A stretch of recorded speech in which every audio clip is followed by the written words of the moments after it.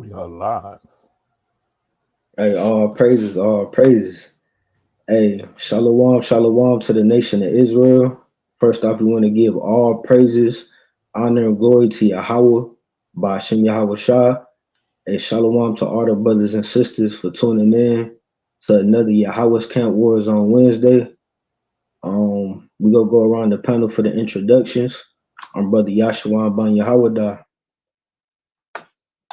Hey, Shalom, it's Captain Rob. Shalom. Hey, Shalom Akim, it's Brother Shalak.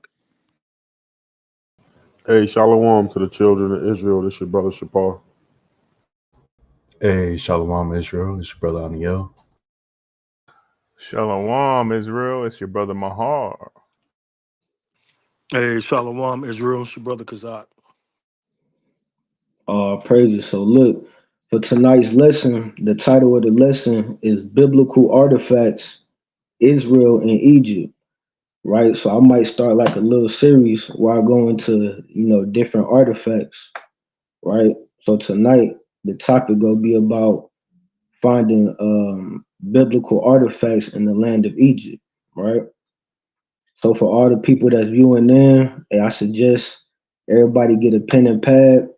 We might bring out some information that a lot of brothers and sisters ain't never heard before, right?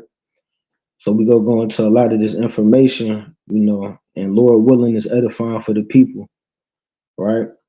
So, hey, Shalak, can you give me Psalm 85 and 11, Khan. right?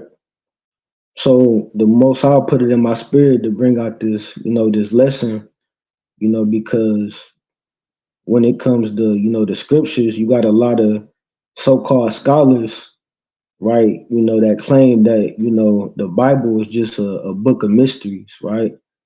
A lot of people, say, oh, the Bible is just a fairy tale. It's a book full of myths. There's no artifacts or any historical records that proves that the Bible is accurate, right? Because a lot of people, when I grew up in church, and they used to talk about how Christ turned water into wine, right? Christ walked on water. Moses split the Red Sea, right? Elijah made fire come down from heaven, right? They made it sound like a fairy tale, but you go come to find out that every day they pulling up more and more artifacts that lines up with the biblical record, right? So let's get into it. Let me get Psalm 85, verse 11. And Ephraim, can you pull up that first video?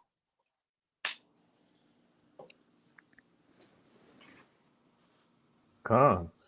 Did you want to do Right, Exodus so first?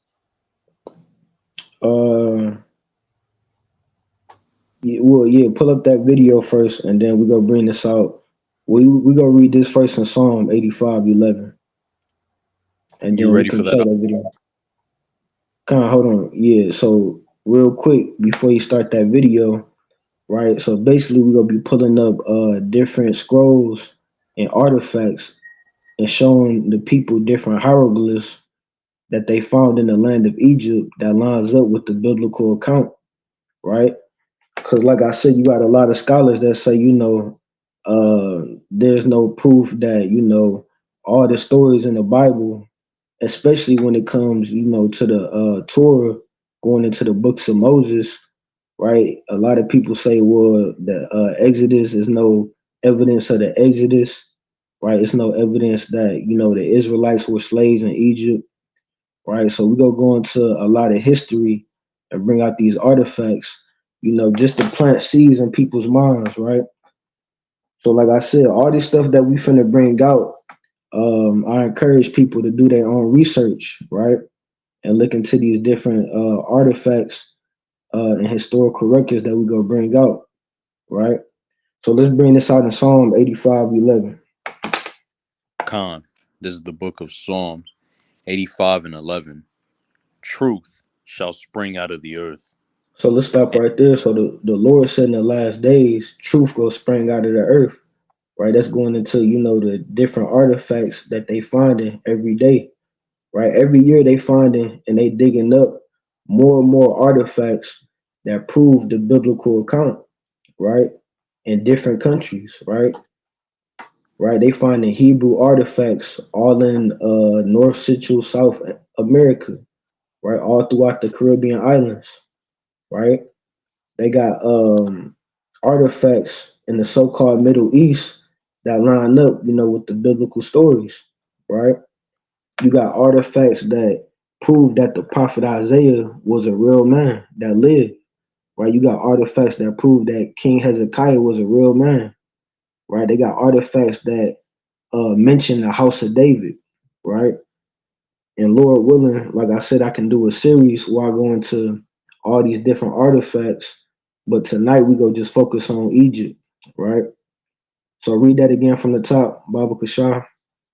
Khan, Psalms 85 and 11. Truth shall spring out of the earth, Mm-hmm.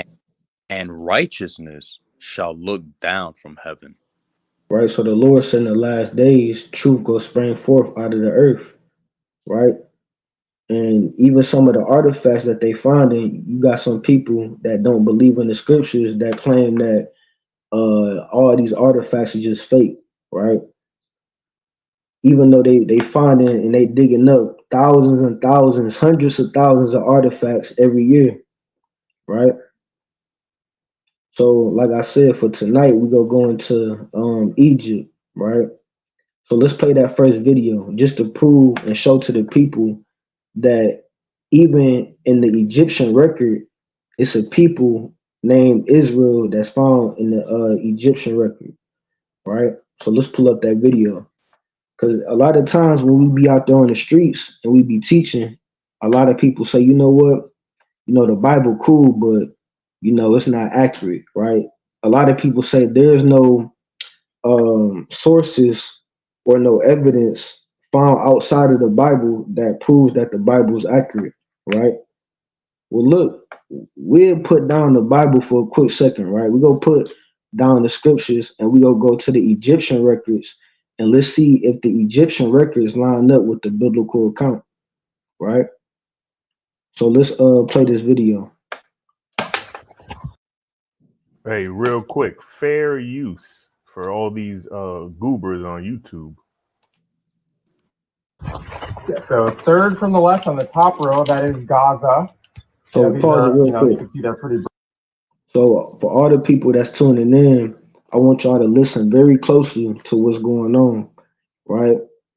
So listen closely to the names that's written on these hieroglyphs, right?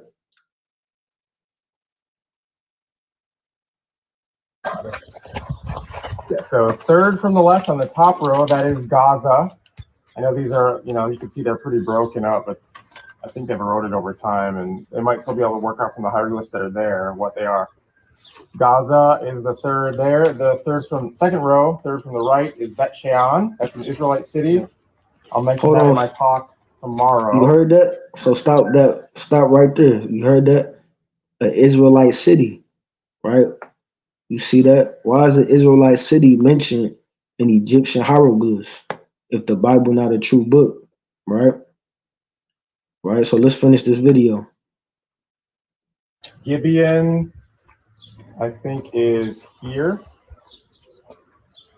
Gibeon, Israelite city. Megiddo is row number 3, far right. It's pretty much gone. Yeah, the one we already mentioned that contains Judah. There from the right. It could be Kingdom of Judah, or if Gavin's translation is right, Judah's offering, something like that. And there's others as well, but those are some of the major ones. So take a poll.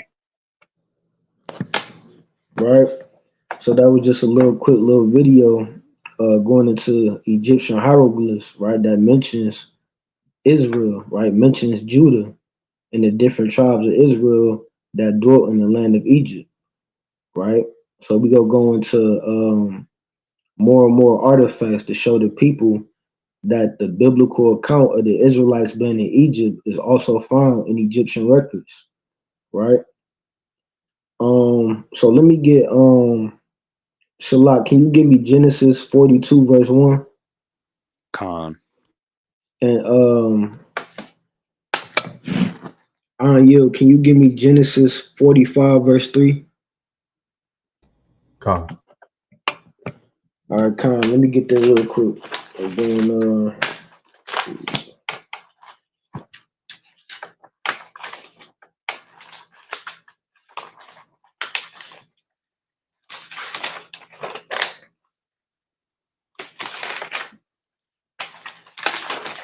right. So the next artifact that we go pull up, it's this tomb in Egypt called the Tomb of Beni Hassan, right? And scholars claim that on the walls of the tomb is depicted the migration of the Israelites into the land of Egypt, right? That's the next artifact we go pull up, right? So now we finna go into, why we went into the land of Egypt, and how we got into the land of Egypt as a people, right? So I'm gonna go into some of the context on how our forefathers ended up in the land of Egypt, right? So let's bring this out in Genesis 42, and let's read down to verse 10. Con. This is the book of Genesis, chapter 42, verse 1. Now when Jacob saw that there was corn in Egypt, Jacob said unto his sons, Why do ye look one upon another? And he said, Behold, I have heard that there is corn in Egypt. Get you down thither, and buy for us from thence, that we may live and not die. And Joseph's 10 brethren went down to buy corn in Egypt. Salakia. So let's But stop right there, right? So just to go into the context, to let the people know what's going on during this time. Basically, when you read Genesis chapter 41, Pharaoh had a dream, right? I'm pretty sure people familiar with Pharaoh's dream about the seven kine and then the seven corn, right?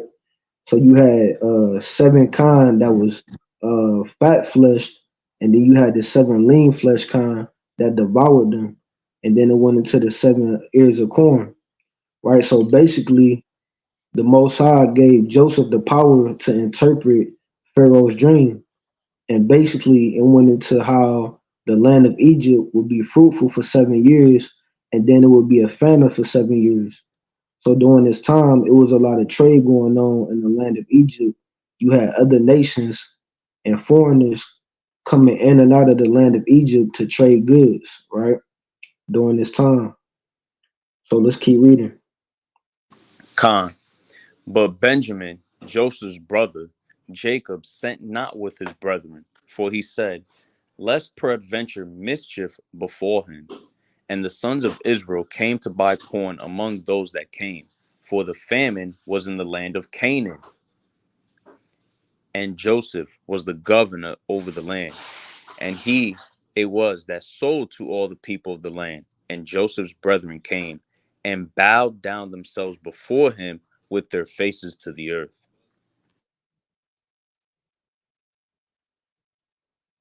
Right, keep go down to verse 10. Con. And Joseph saw his brethren, and he knew them, but made himself strange unto them, and spake roughly unto them. And he said unto them, Whence come ye? And they said, From the land of Canaan to buy food. And they said unto him, Salaki, and Joseph knew his brethren, but they knew not him. And Joseph remembered the dreams which he dreamed of them, and said unto them, Ye are spies, to see the nakedness of the land ye are come. And they said unto him, Nay, my lord, but to buy food are thy servants come. Right. So Joseph kind of gave him a hard time because his brothers sold him, right, into the Egyptians, right? Well, they were sold into the Ishmaelites, and then they sold them into the Egyptians, right? So let's get that Genesis chapter 45, verse 3. Right. So basically we just building up to the point on how we ended up in the land of Egypt, right? Because I want to pull up this artifact in a minute, but we just going into the story on how we migrated into the land of Egypt. All right, so let's bring this out, Genesis 45, verse 3. And let's read down to verse 11. It's the book of Genesis, chapter 45, verse 3. And Joseph said unto his brethren, I am Joseph. Doth my father yet live? So And his Lucky, so let's stop right there real quick. So Joseph revealed himself with his identity into his brethren, right? Because remember, it said that he disguised himself, right? Joseph was, he looked like one of the Egyptians, right? So his brothers couldn't identify him, right? So keep going, King. and his brethren could not answer him, for they were troubled at his presence. Verse 4. And Joseph said unto his brethren, Come near to me, I pray you. And they came near. And he said, I am Joseph your brother, whom ye sold into Egypt. Verse 5. Now therefore be not grieved, nor angry with yourselves, that ye sold me hither, for the Most High did send me before you to preserve life. Verse 6. For these 2 years hath the famine been in the land, and yet there are 5 years in the which there shall neither be earing or harvest. Verse 7. And the Most High sent me before you to preserve you a posterity in the earth, and to save your lives by a great deliverance. Verse 8. So now it was not you that sent me hither, but the Most High. And he hath made a father to Pharaoh. He hath made me a father to Pharaoh, Salakia, and lord of all his house, and a ruler throughout all the land of Egypt. Verse 9.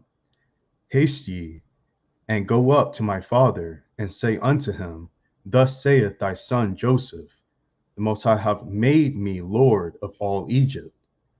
Come down unto me, tarry not. So you see that? So Joseph told the rest of his brethren to bring his father and their family into the land of Egypt, right? Because remember, we read in Genesis 42, it was a famine in the land of Canaan, right? And a lot of people, like I said, was going in and out of the land of Egypt, right, to sell and trade, right? So let's read down to verse 11. Verse 10. And thou shalt dwell in the land of Goshen, and thou shalt be near unto me, thou and thy children, and thy children's children, and thy flocks, and thy herds, and all that thou hast. Verse 11.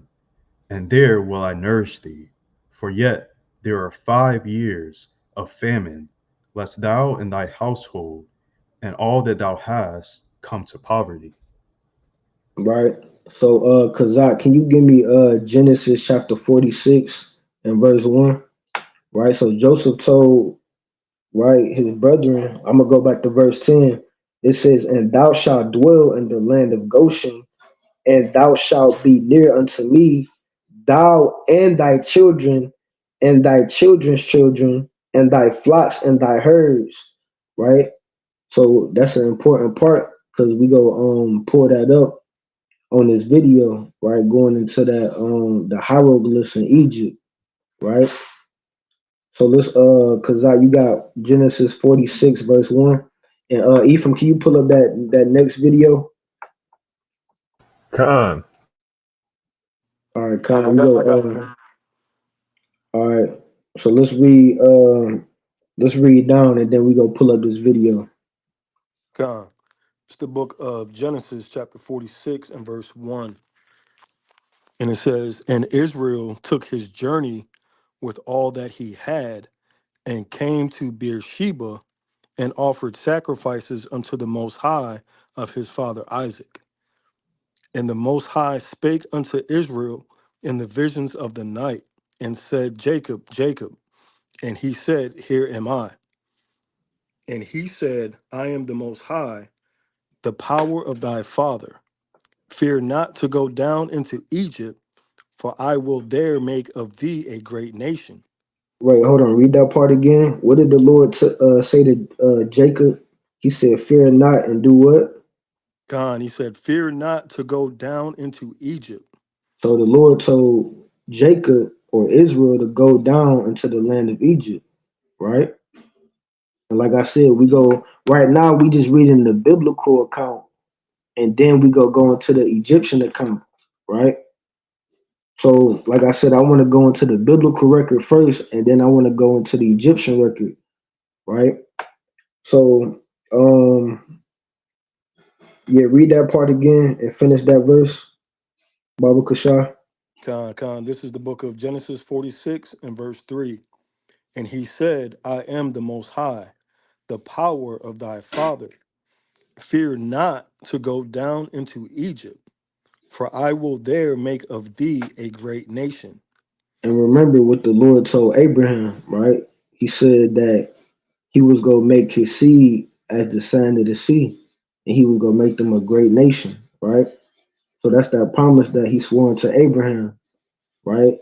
That his seed was going to be like the stars of heaven and the sand of the sea, right? So keep reading. Verse 4. I will go down with thee into Egypt, and I will also surely bring thee up again, and Joseph shall put his hand upon thine eyes. And Jacob rose up from Beersheba, and the sons of Israel carried Jacob their father, and their little ones, and their wives, in the wagons which Pharaoh had sent to carry him. And they took their cattle and their goods, which they had gotten in the land of Canaan, and came into Egypt, Jacob and all his seed with him. So let's stop right there. I want you to hold that verse because we gonna read that again after you watch this video, right? So it says, and they took their cattle and their goods, and which they had gotten in the land of Canaan, and came into Egypt, Jacob and all his seed with him. So a lot of people will say, that's a fairy tale, right? That never happened. The Israelites was never in Egypt, right? But like I said, you can say that and you can denounce the Bible, but we go into a source that's outside of the Bible and go into the Egyptian records, right? So let's pull up that video, that next video, right? So yeah, real quick. So matter of fact, can you read the title? Khan, it's proof Hebrews migrated into Egypt. The Beni Hassan tombs. Right. So proof that the Hebrew Israelites migrated into Egypt, right? So, like I said, for all the people that's viewing, if you never heard this before or you never seen this, I would encourage you to write this down and do your own research, right? The Beni Hassan tombs, right? Remember that, right? And like I said, people, that's watching can do their own research and look into this, right? We encourage brothers and sisters to do that, right? Study and research the Beni Hassan tombs, right? So let's see what they found in these tombs. Is the tomb at Beni Hassan. It dates to 1700 BCE. Because no one has looked for evidence of the Exodus in this period, the tomb has never been linked to the biblical story. And yet, there is a perfectly preserved wall painting here that records an ancient migration into Egypt from the area of modern Israel. Hold on. So hey, let's stop right there. So you heard what he said, right? So I want you to rewind it a little bit. So it says on these hieroglyphs, it records the migration of the biblical Israelites into the land of Egypt, right? And we gonna go into this and break it down and see what he say, right? So you could rewind it just a little bit. Migration into Egypt from the here. And yet, there is a perfectly preserved wall painting here that records an ancient migration into Egypt from the area of modern Israel.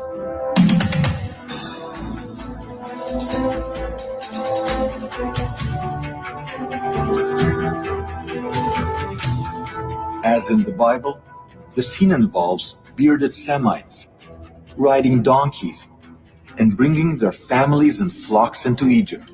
So let's stop. Let's pause it again. Pause it again. All right. He said bearded Semites, but really, Shemites, right? It's really Shemites, right? So he said this records Shemites coming from the land of Canaan, bringing their families and their flocks into the land of Egypt, right? Right, so keep going. Like the biblical Israelites, they are wearing multicolored tunics. The hieroglyphic inscription on this wall calls these people the Amo, God's people. Looking in the right place during the right time. So hold on, I We want you are the first. to stop on that part. So it said that the hieroglyphic inscription called those people that came from the land of Canaan God's people, right? That's an important part because when you look at the history of a lot of nations, like the heathen nations, a lot of heathen nations have more than one God, right? But this people that came from the land of Canaan, right? It said that they were known as God's people, right? That's singular, right? So it's recorded that this certain race of people only had one God, right? And who was God's people according to the scriptures? Right? What did the Lord say in Joel 2:27? He said, and ye shall know that I am in the midst of Israel, and that I am the Lord your God and none else. Right? To paraphrase it, right? So let's keep going. Well, matter of fact, rewind that To part recognize again. the hieroglyphic inscription on this wall. Hey, real quick, like the brother Aniel. Hey, what color are these people on this wall? Right. They don't look like them people that's in Israel right now. I'll tell you that. Calls these people the Amo, God's people. You hear that? It said that Looking in the right place.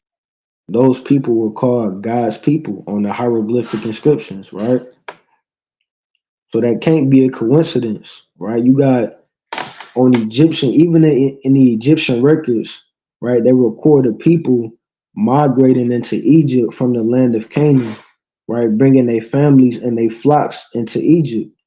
Don't that sound similar to the what we just read in Genesis 46, right? And these people are known as God's people, right? Right. So that can't be a coincidence, right? So a lot of people say, well, it ain't no evidence, that the Israelites were in Egypt, right? So what is this, right? So matter of fact, hey Kazak, can you read that part again in Genesis 46, Con. verse 6 and then verse 7, and then we go finish that video. Yeah, this is the book of Genesis, chapter 46 and verse 6. It says, and they took their cattle and their goods, which they had gotten in the land of Canaan, and came into Egypt, Jacob and all his seed with him. So let's stop. Is that not what was depicted on the hieroglyphs? Is that not what they explained? Did they not explain a Shemitic people? I mean, we got to put two and two together. A Shemitic people coming from the land of Canaan with their families and their flocks into Egypt, and these people were known as God's people, right?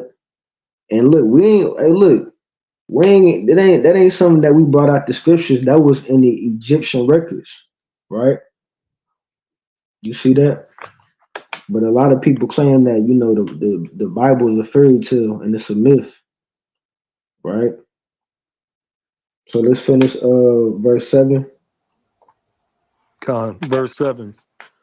It said, Salakia, his sons and his sons' sons with him, his daughters and his sons' daughters, and all his seed brought he with him into Egypt. Right. So not only do we have the biblical account, but we also have the Egyptian account, right, in their records, right? People don't understand. A lot of people that be claiming that the Bible is not accurate, and it's a book filled with fairy tales and myths. We can literally go outside of the Bible and go into different artifacts and show you the same thing that's written in the scriptures, right? We have biblical stories that's written on artifacts found in ancient Babylon, right? Ancient Egypt, the Persians and the Medes, right? All these different heathen nations also recorded what you call biblical stories on their artifacts, right? You see that? So let me cause can you jump down to verse 31 in that same chapter? And let's finish this video real quick and then we go read that. Hey, you would think that these Kemet clowns would know this stuff. Aren't they big on Egyptian history? Did they miss this part? But that's all they study though is Egyptian history. Anything else that got, any history in Egypt that got something to do with anybody else, they don't pay attention to that. Interesting. All they know is the history about all the kings and all them that ruled over Egypt, stuff like that. Hey, all they know is about lettuce and men's rods. But I digress. The Book of the Dead. This wall calls these people the Amo, God's people. Looking in the right place during the right time, we are the first to recognize a veritable snapshot of the migration of the biblical Israelites to Egypt. The Bible records that at the time of their arrival, one Israelite rose to the highest levels of Egyptian power. His name was Joseph, son of Yaakov, Jacob in English, and he became so powerful that he wore on his finger the seal of royal authority. Discovering Joseph's seal at Avaris would prove that the Israelites arrived here exactly when our timeline predicts. That would be like finding a needle in a 3,700-year-old archaeological haystack.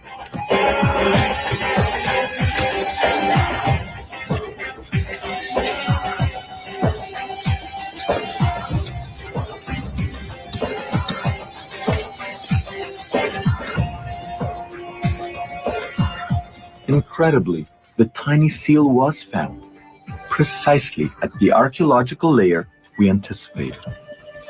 In fact, Professor Manfred Bitak found no less than 9 seals worn by Joseph's court officials. Inscribed right on them is the Hebrew name Yaakov, Joseph's father. It's very strange that we found 9 seals with the name Jacob here. It's a biblical name, by the way. The original was probably mounted on a ring worn on the finger, and this gives us a new puzzle. Is it really a puzzle? Not if one uses our chronology. This is the only time that a Hebrew name appears on an Egyptian royal seal. It directly connects Avaris with the Bible. But Professor Bitak steers clear of biblical chronology. Real quick, right? He's under. You see that? They say they found Hebrew names on Egyptian seals, right? You see that? So that's just going into, more proof that our people, in fact, dwelt in the land of Egypt, right?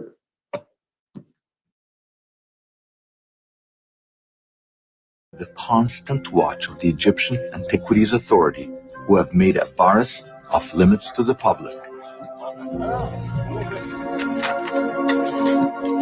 Supposedly for conservation reasons, Professor Bitak has been forced to cover up his dig every single year.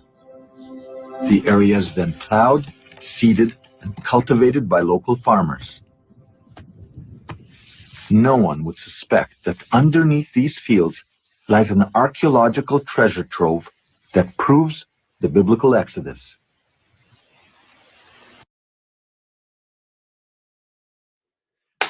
Right? So that was on that video, right? But like I said, for everybody that's watching, that's something you could look up, right? Going into proof that the Israelites was in Egypt, right? So the tomb of Beni Hassan, right, that records the migration of the Israelites into the land of Egypt, right? So we're gonna keep going into that. So let's bring this out.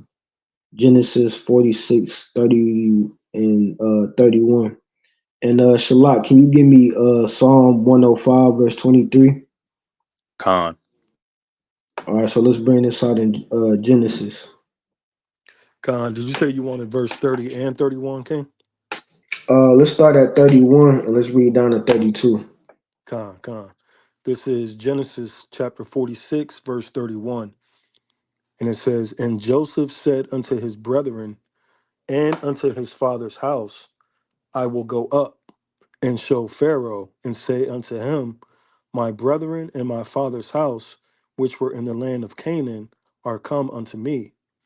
And the men are shepherds, for their trade hath been to feed cattle, and they have brought their flocks and their herds and all that they have. Right, so that's going more into the biblical account, right, of the Israelites going into the land of Egypt, right? So Joseph told his brothers to bring all that they had into the land of Egypt, right? And we read that in the beginning of Genesis 46 when the Lord appeared into Jacob in a dream and he told him to go down into Egypt, and in Egypt he was gonna make us a great nation, right? So let me get there real quick in Psalm.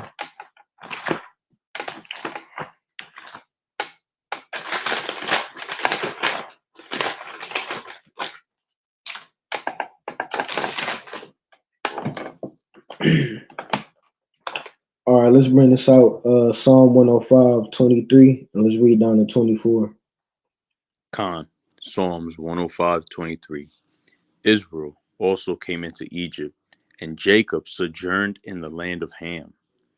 And he increased his people greatly, and made them stronger than their enemies. Right, and made them stronger than their enemies, right? Because remember, that same account is in the book of Exodus, the first chapter, when even the Pharaoh said that, behold, the children of Israel have become more and mightier than we, right?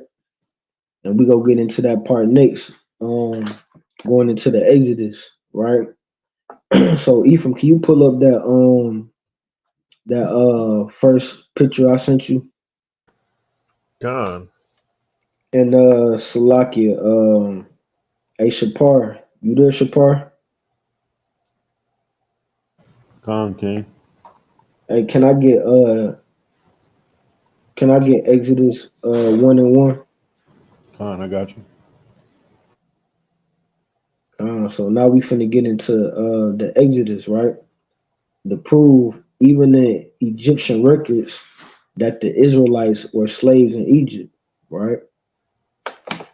So can you pull up that picture? All right. You can what happened to the rest of it? Oh, I actually pulled this off, but I could read what you got here. I could read. It's only you just want that little snippet, right? Well, yeah, all the words that was on there. Okay. It says the tomb of Vizier Rekhmire, 1450 BCE. Salakia, so let's stop right there. So I was trying to put it on the screen, but I can't see it though. Let me Right, see. just in case people, yeah, just in case the people that's watching want to write it down so they can look it up. Hold on, let me pull it up right now. Salakia.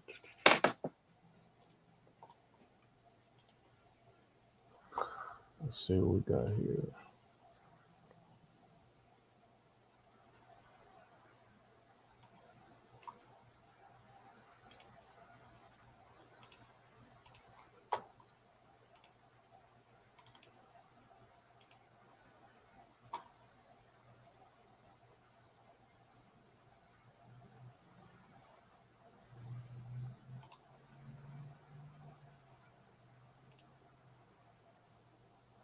Can y'all see that? Khan. Let me, Con, yeah, I maybe can see it. that'll be better. Yeah. So It's just in case tomb. the Yeah, this is the picture.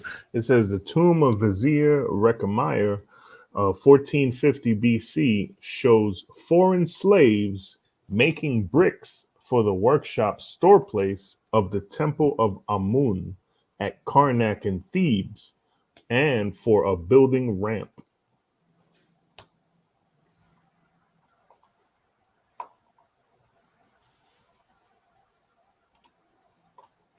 Con, that was it on there. Yeah, Khan, that's all that was on the Con. picture.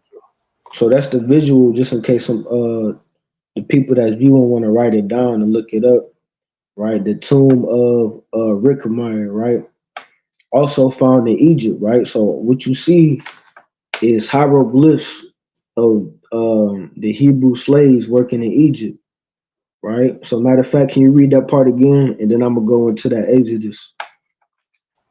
Khan, it says the tomb of Vizier Rechmeyer, 1450 BC, shows foreign slaves making bricks for the workshop storeplace of the temple of Amun at Karnak in Thebes Right, you and see that? for a building ramp. So it said foreign slaves making bricks. Right, well, that sound familiar to a lot of us. Going back to Exodus chapter 1, right? And in another article I was reading too, it's a little different from this one, but in another article it said Hebrew slaves, right? But in this article it just say foreign slaves, but in another one it said Hebrew slaves, right? Making bricks, right? So let's bring out. So now look, that's another hieroglyph going into the Egyptian records, right? Just in case people want to look it up.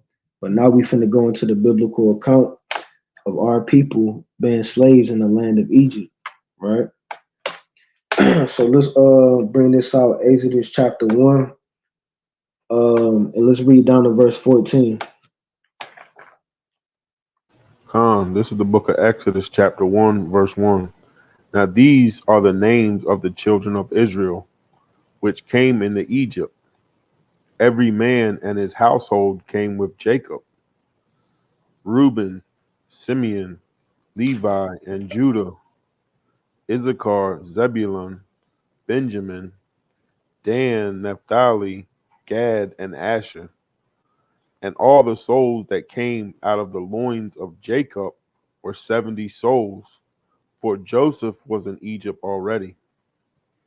And Joseph died, and all his brethren, and all that generation.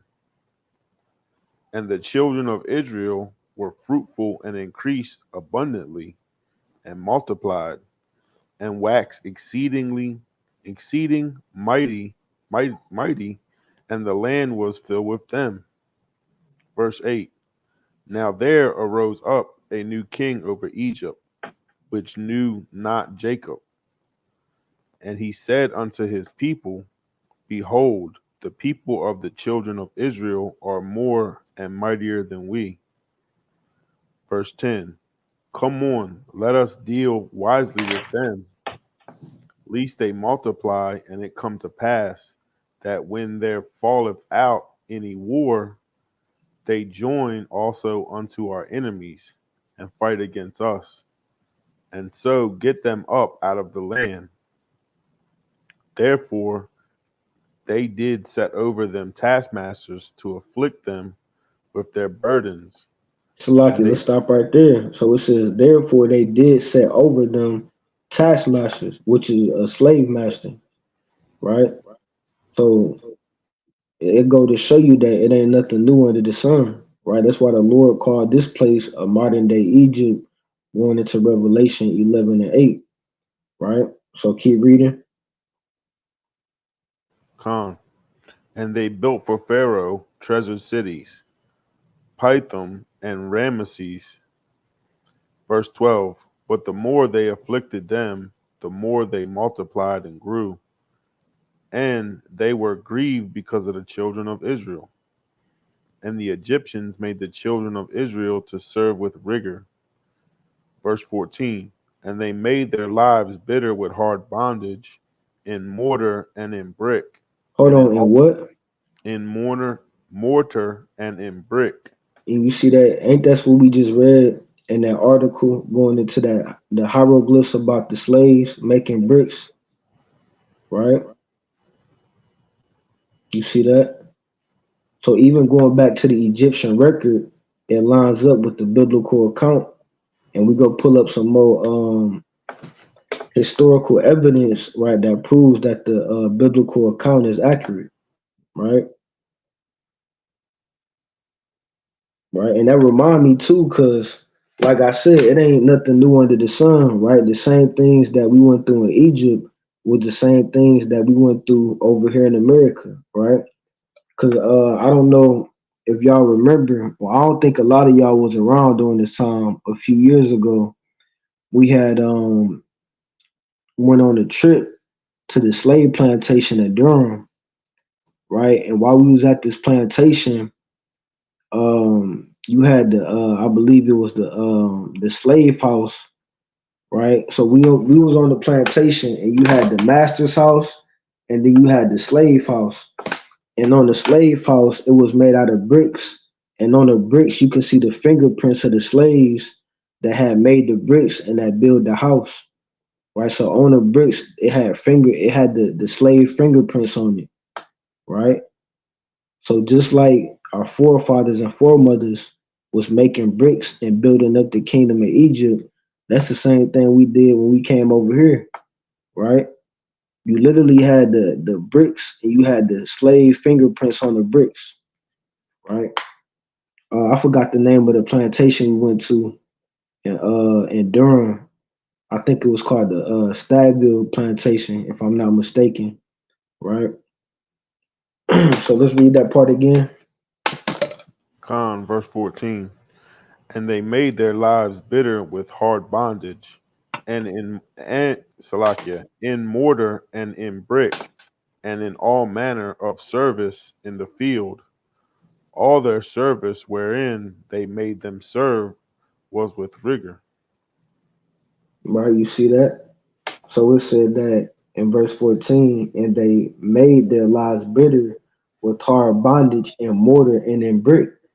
And we just seen that on the hieroglyphs of Hebrew slaves working in the fields making bricks, right? So again, is this a coincidence? Is this a fairy tale? Right? Is this a myth or is this true history? Right? Sound like a slice and dice to me. Right? You see that? You got Hebrew slaves making bricks in the land of Egypt. Hey, Salakia, Cap, if I could add right quick. Khan, Uh, go ahead. that was just powerful what you said, man, because it's like spiritually, we're doing the same thing in America today. Everybody, Israel's in the land of our captivity, still building up these foreign nations, and it also goes to that whatever the most powerful nation running the earth at the time, the children of Israel are always there building the nation up, kind of just fulfilling the curses in Deuteronomy 28. But that's all I got. No, Khan, that's powerful, right? And like I said, all these things link up together, right? It ain't nothing new under the sun. The same thing that we went through in Egypt, right? As far as having the taskmasters or the slave masters, right, watching over us while we was working in the fields. That's the same exact thing we went through over here in this captivity, right? It ain't nothing new, right? The same way that we was making bricks in the land of Egypt, we was doing the same thing over here in America, right? You see that? Who you think built the master's house? That big ass house that the master was living in. Who you think built it? Right? I All don't think those it was the houses, master. it definitely wasn't. Right? When you look at all those different infrastructures and buildings and stuff on the slave plantations, right? We the ones that built that, right? Just like we read in Exodus, I think it's verse 11. It says, "Therefore they did set over them taskmasters to afflict them." Right. So what happened to us in this captivity? Then we have slave masters afflict us. Wasn't they whipping us and lynching us, feeding us to dogs and alligators? Right. it says them with their burdens, and they built for Pharaoh treasure cities, Pithom and Ramses, right? That's the same thing we did in America. We built everything in America, right? We built the White House, right? All these buildings that you see, whether they be corporate buildings, businesses, apartments, all these things are built by our people, right? So let's matter of fact, can you pull up that other picture I had? And Shalak, can you give me the book of Judith, chapter 5, verse 10? Con. Hey, hey, Salakia, Cap, can I bring this out real quick? Con, yeah, for sure. Con. Oh, pray. I really just got two precepts dealing with that. With Yasha Allah really building up every kingdom or every empire that that we can call out, but in Egypt, we understand that like he was saying, we built a lot of the I think they say it's the 18th dynasty where the Israelites were in captivity, um that was building the pyramids, because you don't see in the scriptures that we built pyramids, but like the captain was saying, when you go into extra biblical sources, you'll see that um, Israel was in captivity when those pyramids was being built. Um, and so this is a couple precepts. This is Deuteronomy 28 and 30. It says, thou shalt betroth a. So, of course, if you don't know, Deuteronomy 28 is the pros and cons of keeping the law, statutes, and commandments that the Most High made with the children of Israel. So the first 14 verses, it's all the promises, the good things, the blessings that come with keeping the commandments. Verse 15 down to 68 are all the curses.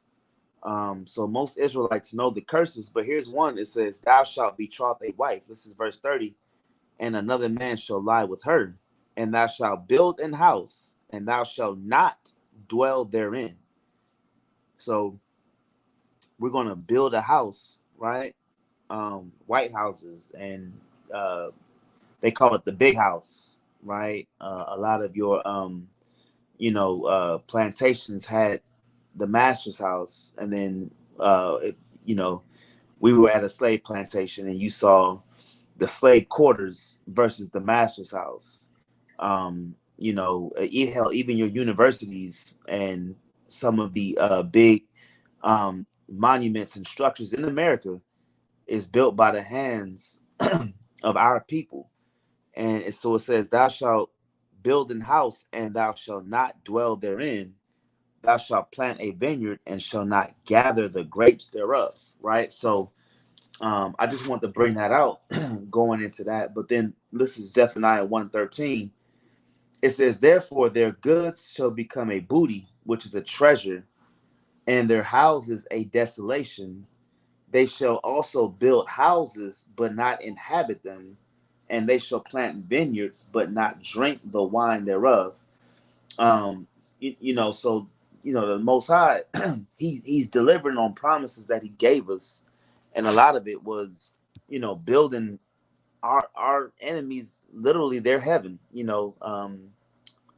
Israelites built the heaven of the so-called white man here in America, and allowed them, right, the white man, to feast off the land and eat of the fruit of the land, off the slave labor of the Negro, while still in the land of the Native American, and then it's maintained by the Latino Americans today. So what the captain's saying is heavy.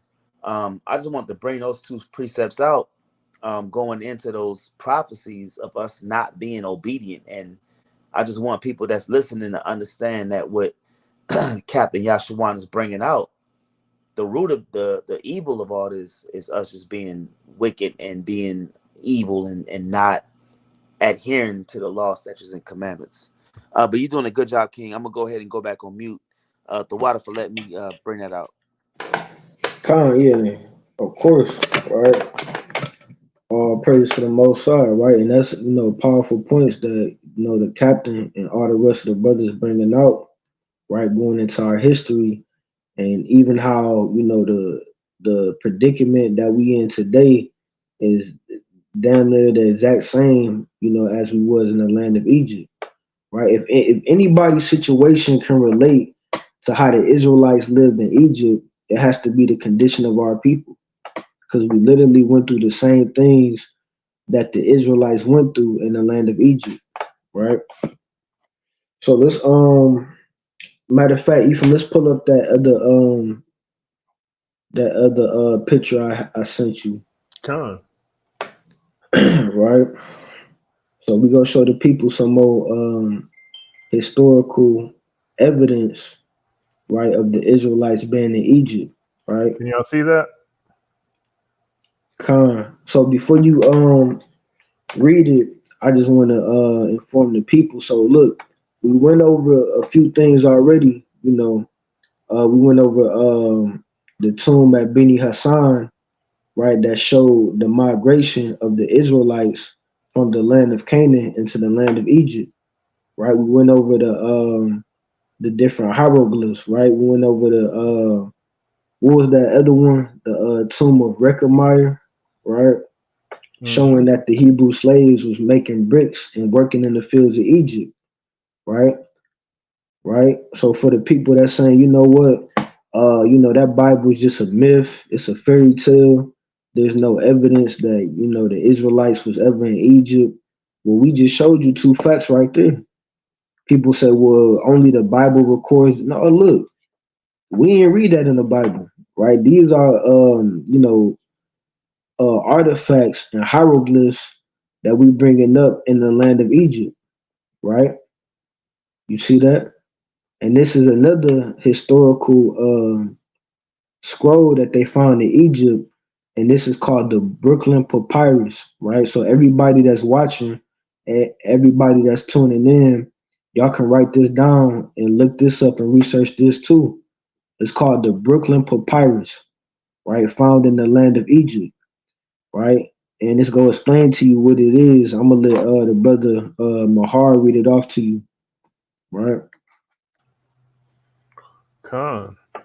Um, so like the captain was talking about, this is the Brooklyn Papyrus as archaeological evidence behind the Jewish or the Israelite Exodus and the Hebrew presence in Egypt. It is an ancient Egyptian document believed to have Hold on, Salaki, real quick. I want you to read that part slow because a lot of people, well, only the Bible tells the story of the Israelites in Egypt. A lot of people say it's a myth. All right, look, we have put the Bible down, right? People don't understand. And this go to show you a lot of people don't understand that the Bible is literally a history book, right? Because look, we can put the Bible down and we can go into the history of other nations and other countries, and you can pull up their historical documents, and it's gonna line up and link up with the same thing that the Bible says, right? So people will, the Israelites wasn't slaves in Egypt. That's just a biblical myth story, a biblical fairy tale, right? But we go see what we find in the land of Egypt, right? So this is an ancient Egyptian document, right? So let's finish reading that. Con.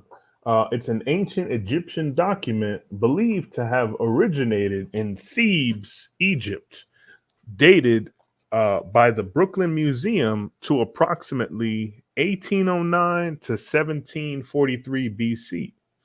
The papyrus is made from a list of about 80 to 95 slaves who are apparently come from Shemitic origin and are enslaved by the Egyptians. Hold on, now let's stop right there again. So this papyrus basically is just a list of different slave names that was in the land of Egypt. So this is an Egyptian record of the slaves that the Egyptians had, right? So let's see what they found on this list. The papyrus is written following an attempt at escape carried out by the slaves. Half of those slaves have distinct Shemitic Canaanite names, while about 9 of them carry Hebrew names directly borrowed from the Hebrew Bible. Hold on, hold on. I want you to read that part again.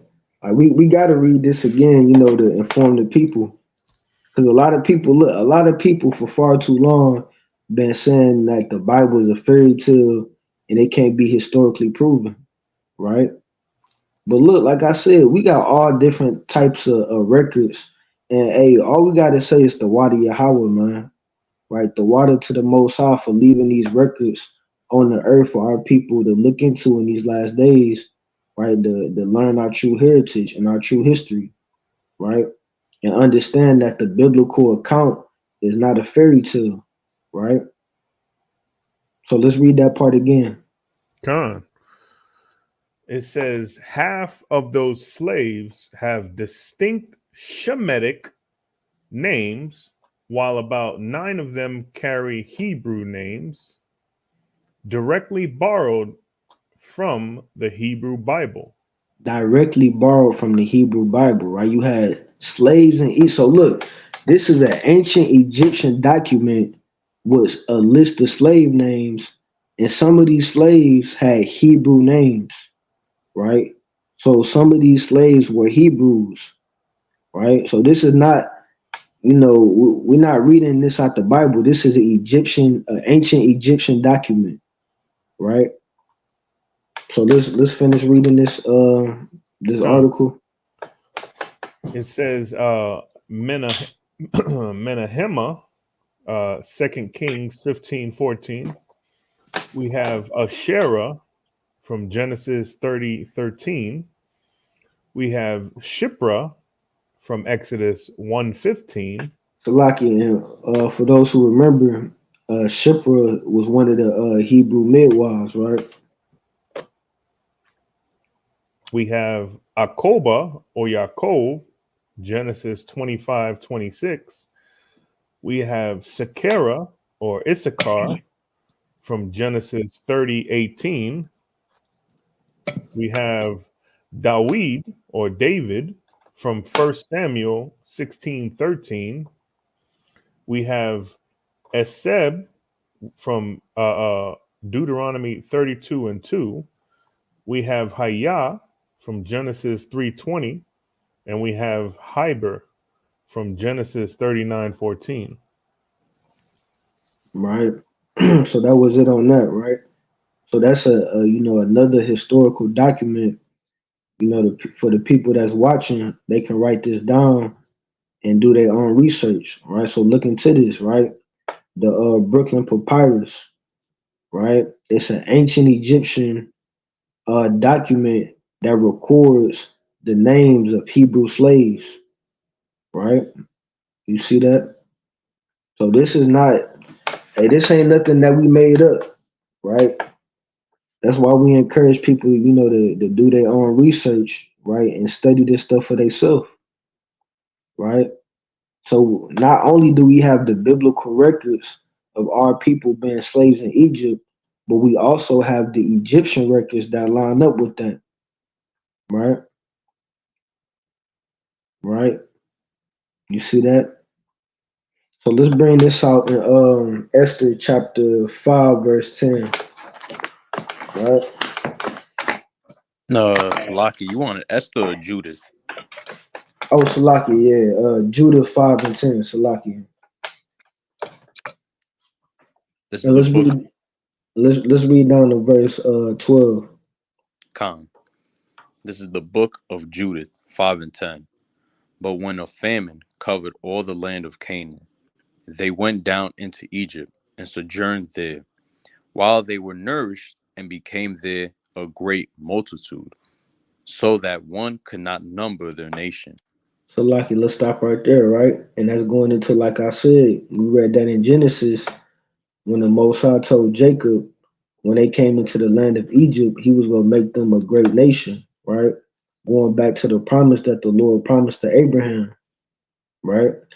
And I believe, I think that's in Hosea 1 and 10, that also say that he was gonna make us as the sand of the sea, right? So keep reading. Therefore the king of Egypt rose up against them, and dealt subtly with them, and brought them low with laboring in brick, and made them slaves. And made them what?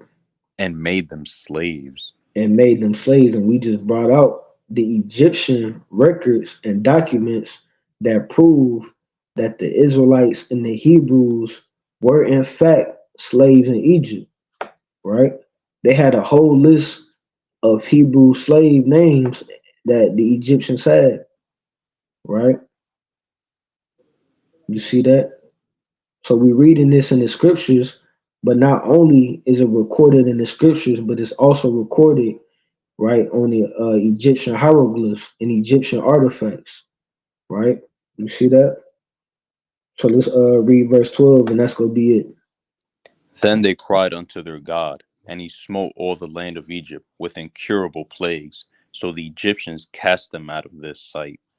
And now look, we finna get into a this part, this is one of my favorite parts because it's finna get real deep, right? So I'm gonna read that again, verse 12. It says, then they cried unto their God, and he smote all the land of Egypt with incurable plagues, right? Going into the plagues of Egypt, right? Because that's another, part of the scriptures that a lot of scholars and people claim that is a fairy tale, right? They say, well, there's no evidence in Egyptian history that proves that the plagues of Egypt was real, right? They say it was all a myth and a fairy tale, right? But look, we finna go into Egyptian records once again that links up with the plagues of Egypt, right? A lot of people say, man, that's just a fairy tale, man. Ain't no way that the Lord turned the rivers of Egypt into blood, right? Ain't no way that the Lord killed all the firstborn in Egypt. That's what people be saying, right? But we go into the Egyptian record and let's find out if this a fairy tale or not, right? So let me get um can Kazak, can you give me Exodus chapter 5 verse 1? And then Yeah. Ephraim, I'm gonna have you pull up that last article I sent you, right? Hey, Anyo, can you give me Exodus chapter 7 and verse 1? Con. All right, let's bring this out in Exodus 5 and 1. Con, this is the book of Exodus, chapter 5, and verse 1. It says, and afterward, Moses and Aaron went in and told Pharaoh, thus saith Yahweh, power of Israel, let my people go, that they may hold a feast unto me in the wilderness. Right? So all of us familiar with this account, right? When we were slaves in Egypt, and the Lord told Moses to tell Pharaoh to let our people go, right? So we can serve him, right? So keep reading. Let's read down to verse 3. Con, verse 2. And Pharaoh said, who is Yahweh, that I should obey his voice to let Israel go? I know not Yahweh, neither will I let Israel go. That's crazy. Verse 3. And they said, the power of the Hebrews hath met with us. Let us go, we pray thee, 3 days' journey into the desert, and sacrifice unto Yahweh our power, lest he fall upon us with pestilence or with the sword. Right? You see that, right? So a lot of people, right, and this finna go into the plagues of Egypt, but a lot of people claim that this is a fairy tale, right? That it was never recorded in Egypt, right? That the Lord sent plagues upon them, right?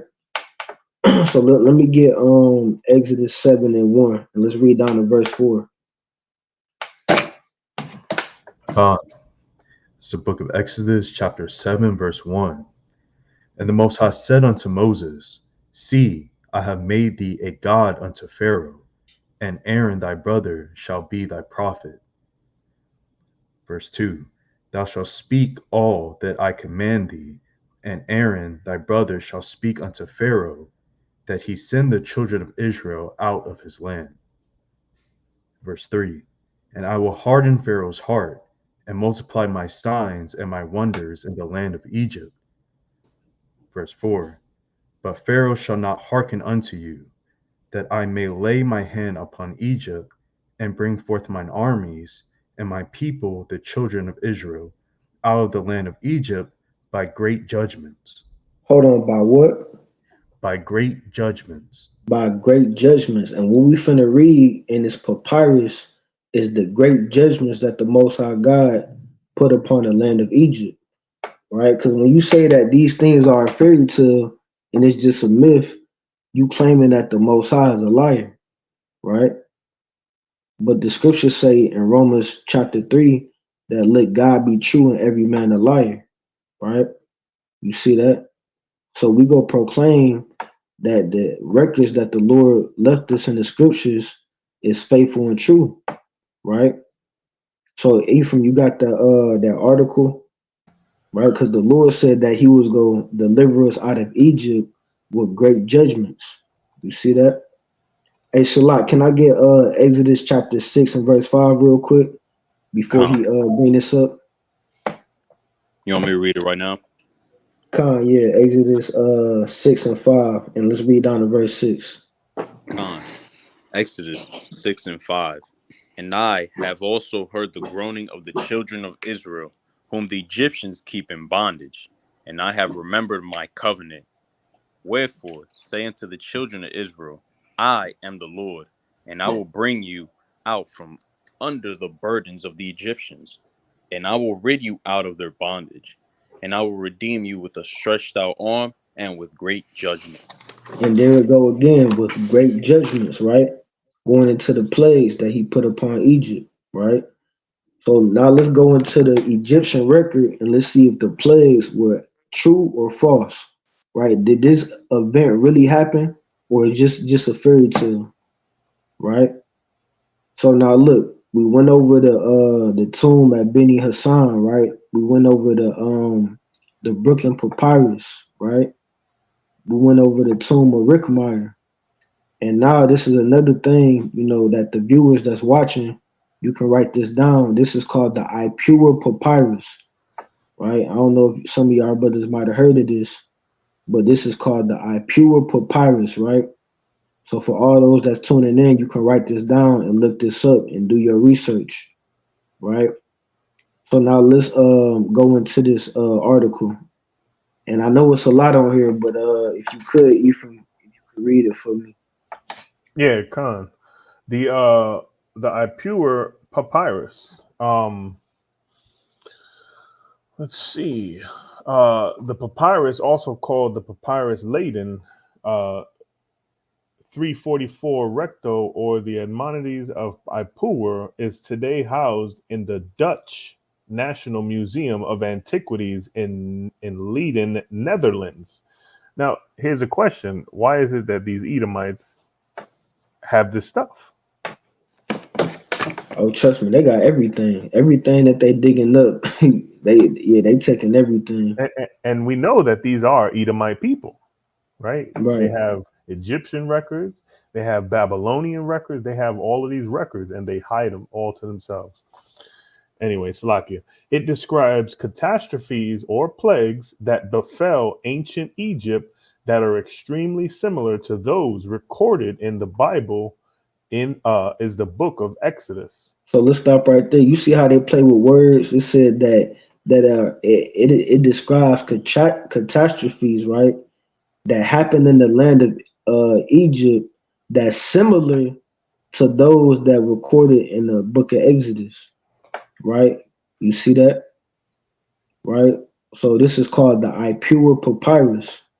And Ipua was an Egyptian man that recorded all the things that was going on in Egypt during this time, right? So let's see what he wrote down on this papyrus. And I want, everybody that claim that, the scriptures is a fairy tale, and the Exodus and the plagues never happened, right? I want y'all to tell me what y'all think about this, right? So, and I love whoever made this article too. A shout out to whoever made this, because I love the way they set it up. Because everything that this man named Pure, everything that he wrote down, they got the scripture to link up with it, right? So let's finish reading this article. Con. You want to go straight to the plagues, or we just want to read this? Where'd you leave off at? Oh, right here. During the time of Moses, God smote the Egyptians with plagues. Scholars disagree about when the event took place in ancient history, but if one examines the Holy Scriptures themselves, they give a time frame of the events. Let's go to 1 Kings 6:1. It's this is the ESV version.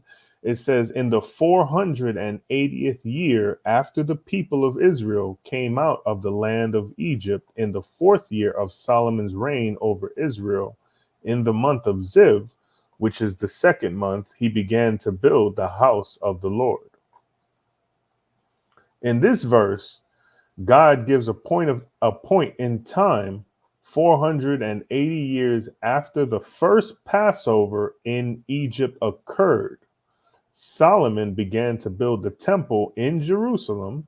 Many scholars documents place this event around 960 BC. This would mean the Exodus account of the plagues took place around 144 BC. That's an interesting number. Many scholars reject this date based upon the theory that Ramses the Great was the pharaoh of the Exodus, as seen in so many motion pictures. But Ramses is believed to have ruled around 1279 to 1213 BC. Thus, he was not born yet in 1440.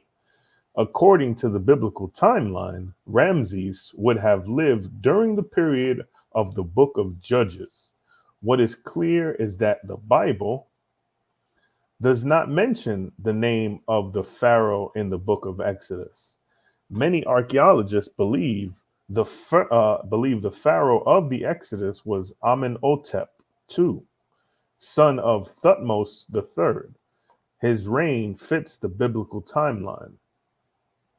Scholars cannot agree on the date the Ipuwer papyrus was composed. It is an incomplete literary work that does describe what appears to be the plagues of Egypt in an extremely similar way as the Bible has them recorded. Some scholars place the literary work around 1550 BC, while others say it is a copy that was composed closer to 1290 BC. No conclusive evidence exists to pinpoint the exact date of its composition, but because of its written style, it appears to have been written by an eyewitness. A large number of scholars place it around the time of the biblical date of 1440 BC. All right, so they believe that this man, Salakia, that this man Pure, like I said, which is an Egyptian man, was an eyewitness to the plagues that happened in the land of Egypt. Right, so let's see what he wrote down in his papyrus.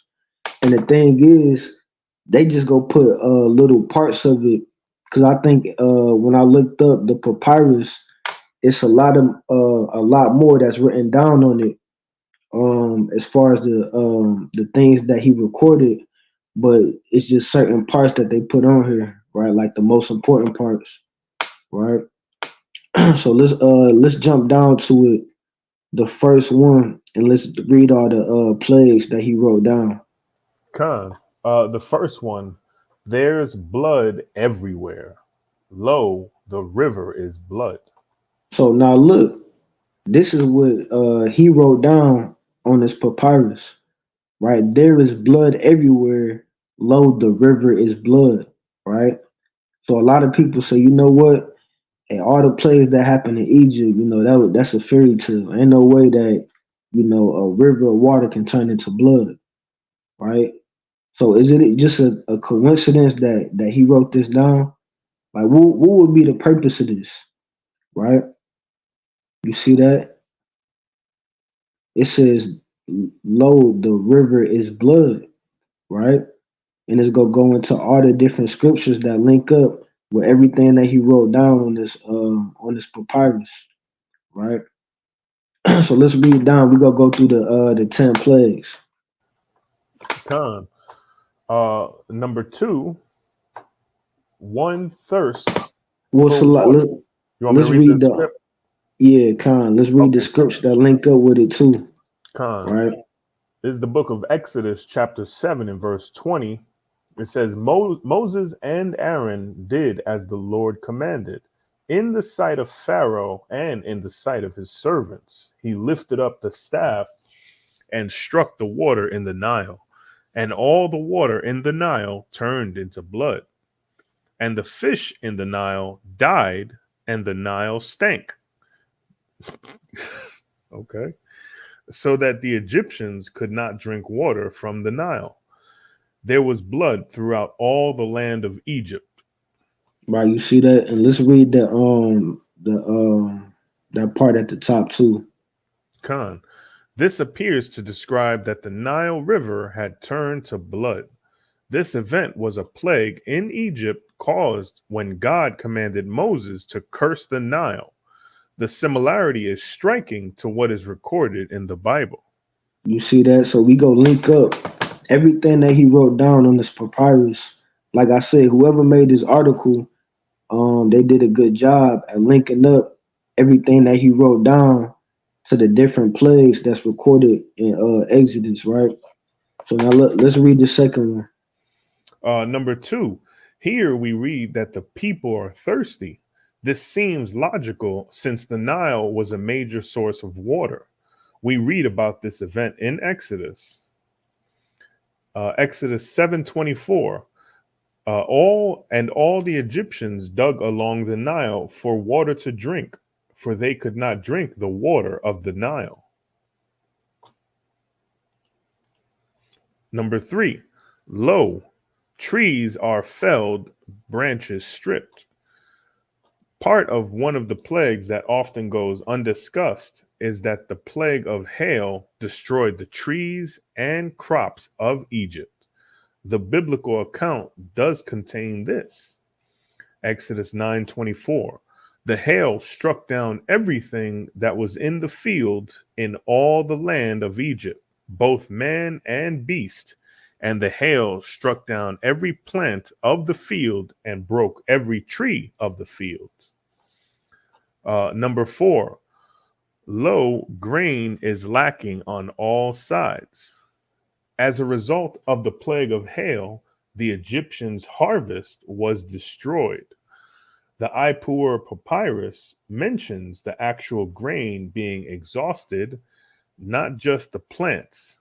In other words, the plants were at seed and the harvest was ready to begin. The biblical account says the same thing. Exodus 9:31. The flax and the barley were struck down, for the barley was in the ear and the flax was in the bud. Hey, Uh, Salakia Mahar, what you got? you want me to read the Bible verses for you, and you read the paragraphs? Yeah, con. That Okay. could work. Okay. Go ahead. Should we read them out of KJV? I don't like ESV sucks. I mean, it really say the same thing. I Yeah, mean, you can, but I just like, I mean, it's already on the article. So I mean, it might take more time if brothers pull it up. But con. We'll just keep yeah, rolling. yeah, 'cause I just wanted to, to skim through this real quick. Let's see. Number 5. Birds find neither fruit nor herbs. This interesting phrase depicts a land where the birds cannot find food, not in the fruit form or herbs. This could be from the prior plague or from a plague of locusts. The point is that the biblical text states not a green thing remained because of the plagues. Exodus 10:15. The locusts came up over all the land of Egypt and settled on the whole country of Egypt, such a dense swarm of locusts as had never been before, nor ever will be again. They covered the face of the whole land. so that the land was darkened, and they ate all the plants in the land and all the fruit of the trees that the hail had left. Not a green thing remained, neither tree nor plant of the field through all the land of Egypt. Number Right. 6. So we went halfway through it already, and everything that's written on this papyrus links up with the same account that you read about in Exodus, right? So that can't be just a coincidence, right? So we seeing even in the Egyptian record, all the things that was written in Exodus links up with this same record, right? Cause can you can see the on the screen, like you Con, can can read that off the screen. All right. I mean, if y'all want to do it like that, if Ephraim just want to read the I'm good. I know how to read. I'm okay. not all I right, got now it. I was just Hey, saying, hey, I'm like a tank. I keep going. Con, all Con. right, come, All right, number 6. Groaning is throughout the land. I mean, unless y'all don't like my voice, I might have to, and kick now off. we just trying to help you out. Okay, I could speed read it too. Come, Groaning is throughout the land, mingled with laments. This phrase describes the Egyptians moaning for their dead throughout the country. The biblical description of the Passover is very similar in nature and possibly describes the same event. We'll go to Exodus 12 and 30. It says, And Pharaoh rose up in the night, he and all his servants and all the Egyptians. And there was a great cry in Egypt, for there was not a house where someone was not dead. Number 7, lo, many dead are buried in the river. The stream is the grave. The tomb became a stream, and he who puts his brother in the ground is everywhere. This sorrowful statement parallels the book of Numbers' description of Egyptians burying their dead after the Passover plague. As there was not a house in Egypt where someone was not dead, massive burials were occurring. The book of Numbers 33 and 4, it says, While the Egyptians were burying all their firstborn, whom the Lord had struck down among them. Number 8, all is ruin. This statement sums up the condition of the great empire of Egypt. It had been devastated, not only the natural resources and the population, but each plague was directed at one or more of the major gods the ancient Egyptians worshipped. The Egyptians had witnessed God's power and greatness like no other people before. They had witnessed the plague of blood against the Egyptian god Hapi, the plague of frogs against the Egyptian god Heket, the plague of gnats against the Egyptian god Geb, the plague of insects against the Egyptian god Capri, the plague of the on the livestock against the Egyptian god Mehet Weret, the plague of boils against the Egyptian god Imhotep. Hey, that's the one from the mummy. The plague of hail against the Egyptian god Nut. Alrighty then. The plague of locusts against the Egyptian god Osiris. The plague of darkness against the Egyptian god Ra. And the plague. Salakia. And when you go into Egyptology, I know when I used to study that, a lot of people know these three last gods is like the main ones in Egypt, right? These are the main ones you hear about, right? Isis, Osiris, and Amun-Ra, which is supposed to be the sun god, right? So that's why it says the plague of darkness against the Egyptian god Ra, which would be Amun-Ra, which is supposed to be, the sun god, right? The plague of the firstborn against the Egyptian god Isis and Pharaoh himself. Again, we read that the biblical account in the book of Exodus parallels Ipuer's writings. Exodus 10 and 7, it says, Then Pharaoh's servants said to him, How long shall this man be a snare to us? Let the men go that they may serve the Lord their God. Do you not yet understand that Egypt is ruined? Number 9, the land is without light. This statement, written by Apur, is amazing. One of the plagues mentioned in the Bible is the plague of darkness over the Egyptians. Although some critics have tried to explain this event, if they agree it happened, as being a solar eclipse. No solar eclipse lasts longer than 8 minutes.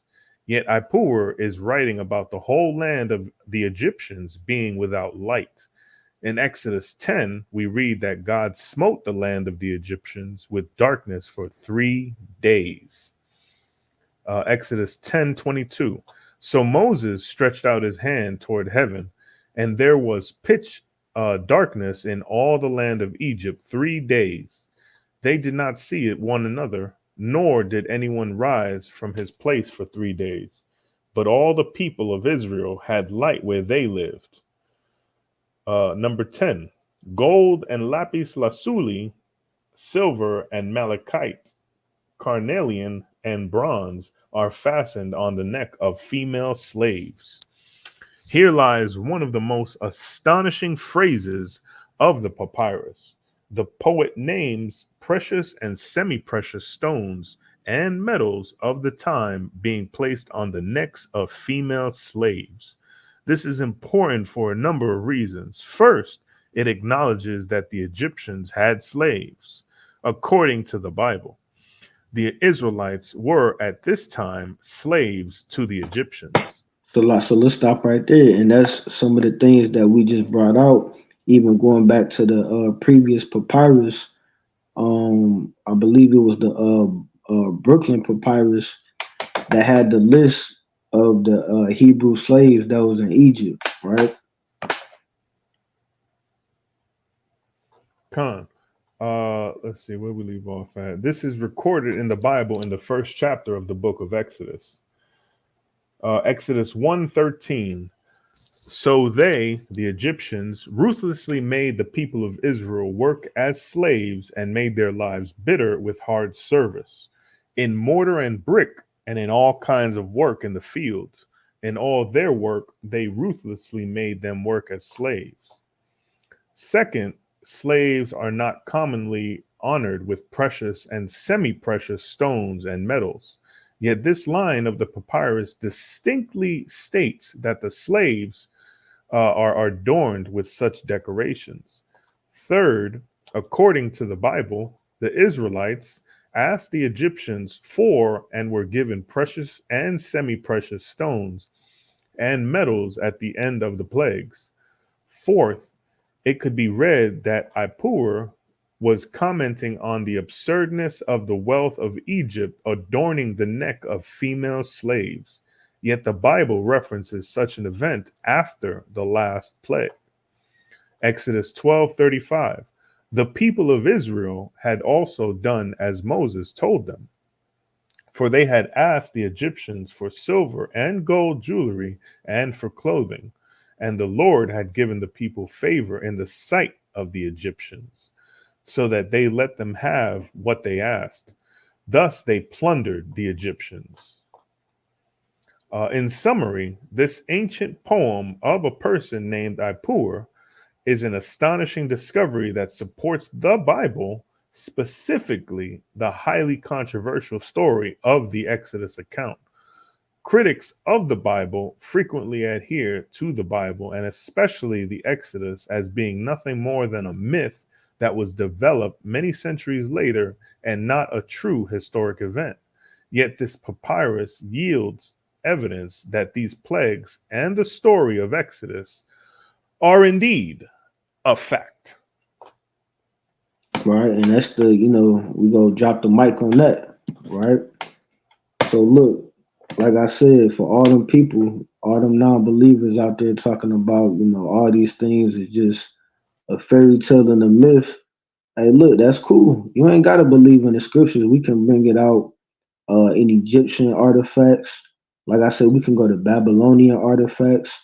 We can go into all these different artifacts and historical documents among these other nations that record the same exact stories that you read about in the Bible, right? You see that?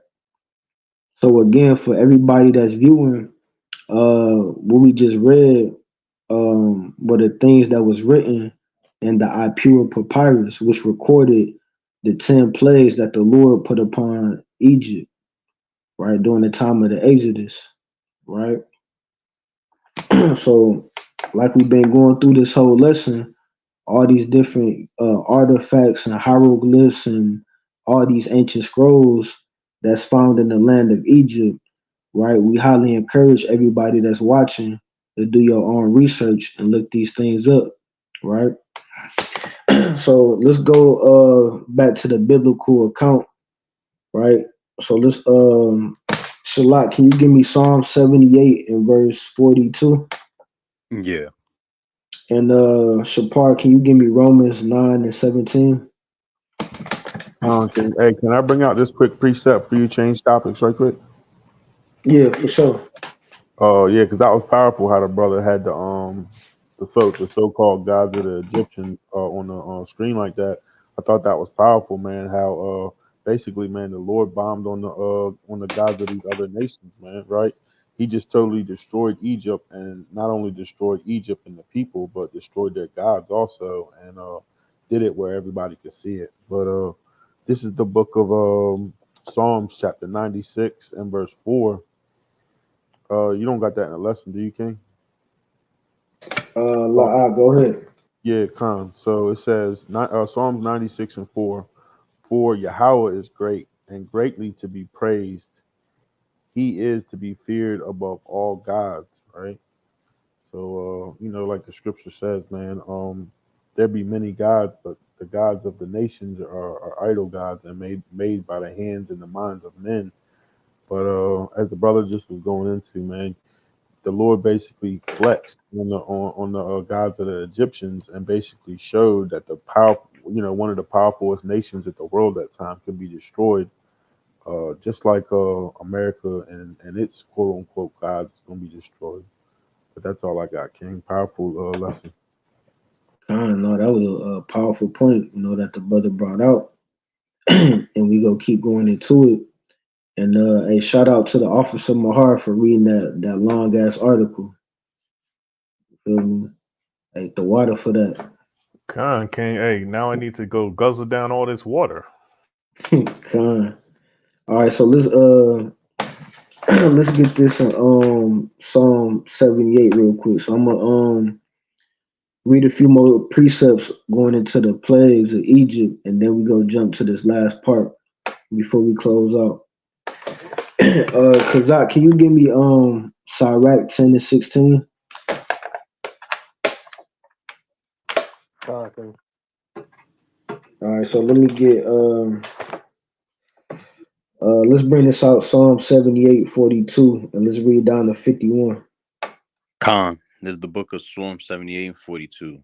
They remembered not his hand, nor the day when he delivered them from the enemy, how he had wrought his signs in Egypt, and his wonders in the field of Zoan, and had turned the rivers into blood, and Now their it's going right back. So like it's going right back to the place that we not only read about in the book of Exodus, but also we read it in the Egyptian record going into our pure papyrus, right? Right. So the man our pure recorded all the plagues that the Lord brought upon the land of Egypt, right? So this is the same thing we read on that papyrus about the rivers turning into blood, right? So keep reading, King. Khan, and their floods that they could not drink. He sent divers sorts of flies among them, which devoured them, and frogs, which destroyed them. He gave also their increase unto the caterpillar, and their labor unto the locust. He destroyed their vines with hail, and the sycamore trees with frost. He gave up their cattle also to the hail, and their flocks to hot thunderbolts. He cast upon them the fierceness of his anger, wrath, and indignation, and trouble, by sending evil angels among them. He made a You way see to his that? So like, let's stop right there. So the Most High God sent evil angels among the land of Egypt that brought plagues to Egypt, right? You see that? So that's why all the destruction came upon the land of Egypt, right? Because I believe even I believe that Sirach 39:28, to paraphrase it, right? The Lord said there be spirits that are created, right? That matter of fact, let me bring that out real quick, right? Sirach 39 and verse 28. This Sirach 39:28, it says, there be spirits that are created for vengeance, which in their fury lay on sore strokes. In the time of destruction, they pour out their force. Right? So the Most High God sent the angels to pour out their force upon the land of Egypt. Right? And it's even recorded in that papyrus that we just read about all the horrible catastrophes that happened in the land of Egypt. Right? It says, and appease the wrath of him that made them. Fire and hell and famine and death, all these were created for vengeance. Right? So let's finish this off in Psalm 78. on. Verse 50. He made a way to his anger.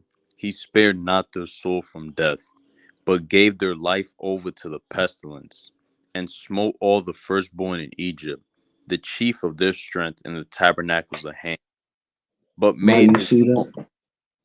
Salaki. But yeah, that was no, that was it on that verse 51, right? But you see that, right? So it's not only recorded in the scriptures, but it's also recorded in Egyptian records, right? About the Lord destroying all the firstborn in Egypt. And that's the same thing that was written in the Ipura Papyrus, right? So let's get that Romans chapter 9, verse 7.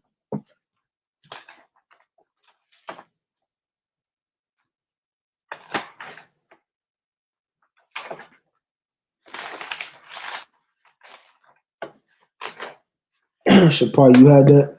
Khan, I can read it, King. Come. This is the book of Romans, chapter 9 and verse 7. And it reads, neither because they are the seed of Abraham are they all children, but in Isaac shall thy seed be called. Verse 8, that is, they which are the children of the flesh. So like it, let me get verse 17. Come. Verse 17, for the scripture saith unto Pharaoh, even for the same purpose have I raised thee up, that I may show my power in thee, and that my name might be declared throughout all the earth. Right? So the Lord said that I might show my power in thee and that my name might be declared throughout all the earth. Right? And in these last days, right, we bringing out the history, right, and the artifacts to prove the power of the Most High that He brought upon all those nations that oppressed our people, right? So people say, well, you know, it's a fairy tale and it's a myth, right? The Lord never destroyed Egypt, right? The plagues, the 10 plagues is a fairy tale. But like we just brought out, hey, these things ain't a fairy tale. This is real history, right? These things are not only recorded in the scriptures, but also recorded in the Egyptian texts, right? You see that? So that was all I had on that. And I wanted to get into this last part. Matter of fact, can you play that last well, not the last video, but the second to the last video that I had, and then Con, we go get open it into up, ready this to go. and then after we play this, we go get into this last little part I got, and then we go close it out. Um, hey Kazak, can you give me well, you already got that Sirach 10 and 16. Con. Shalak, can you give me Exodus 20 and 2? Khan. And Anyo, can you give me Exodus 15 and 1? Con. All right, so let's bring this out real quick in Sirach 10 and 16. Then we're gonna play this video. Khan, this is the book of Ecclesiasticus or Sirach, chapter 10 and verse 16. Right, King? Con, and let's read down to 17. Khan. Verse 16. The Most High overthrew countries of the heathen and destroyed them to the foundations of the earth. He took some of them away and destroyed them, and hath made their memorial to cease from the earth. Right, and you see that, right? The land of Egypt was never the same after the Lord brought the plagues to him, right? And we just read in the Egyptian record about all the destruction that the Lord brought upon the land of Egypt, right? Killing the firstborn, right? Turning the river into blood, right? Going into the hailstorms, right? The darkness for 3 days, right? Going into the locusts, right? The famine, right? You see that? So the Lord overthrew the countries of the heathens, right? And he destroyed many great kingdoms, right? You see that? And we have proof of that even going into the Egyptian records, right? So now let's play this video real quick, right? So this is another artifact that they found in Egypt. I don't know if y'all ever heard of this, but this stone is called the Merneptah stele, right? So this is another Egyptian artifact that links up with the scriptures and that mentions a nation of people called the nation of Israel, right? So let's bring this out for the people. Welcome to Expedition Bible. In this video, I traveled to Egypt to explore one of the most significant discoveries ever made in biblical archaeology. Flinders Petrie is considered the father figure of the field of archaeology. And in his book, 70 Years in Archaeology, he tells the story of a discovery that he made in Egypt back in 1896. Petrie wrote, "To the astonishment of the rest of our party, I said at dinner that night, this will be better known in the world than anything else I have found." He was right. 70 years in archaeology, and this was his greatest find.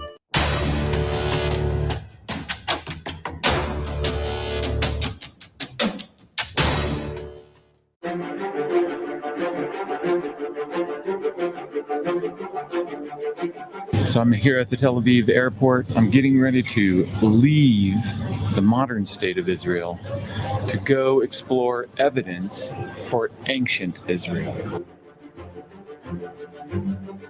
My first stop in Egypt is Luxor, ancient Thebes, where across the Nile River lay the ruins of the mortuary temples, where the pharaohs of old were once worshipped as gods.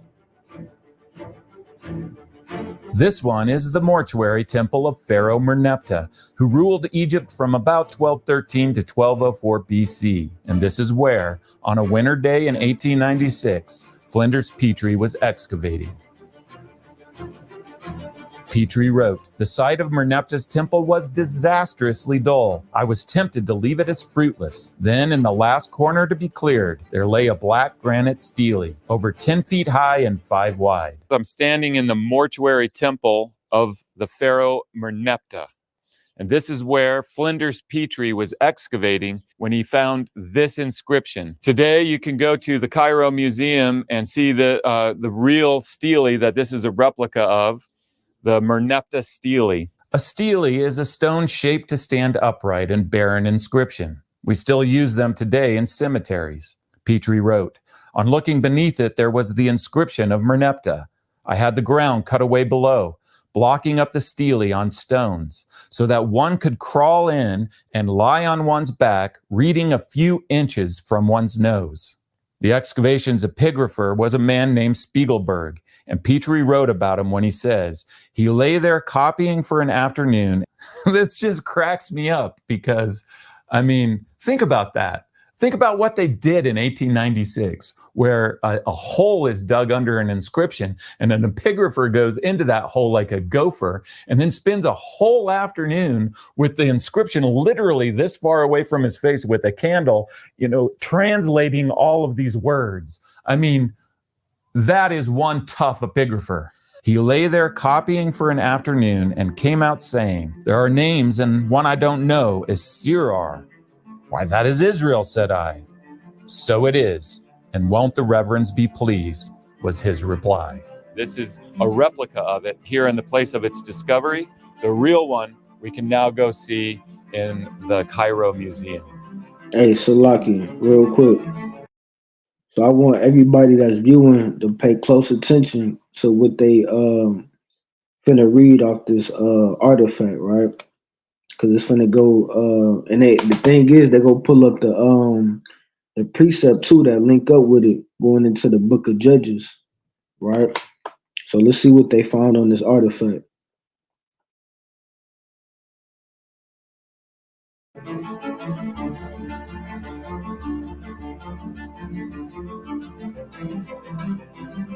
So here we are in the Egyptian Museum. This is the Merneptah stele. I've done a lot of digging and found a lot of things.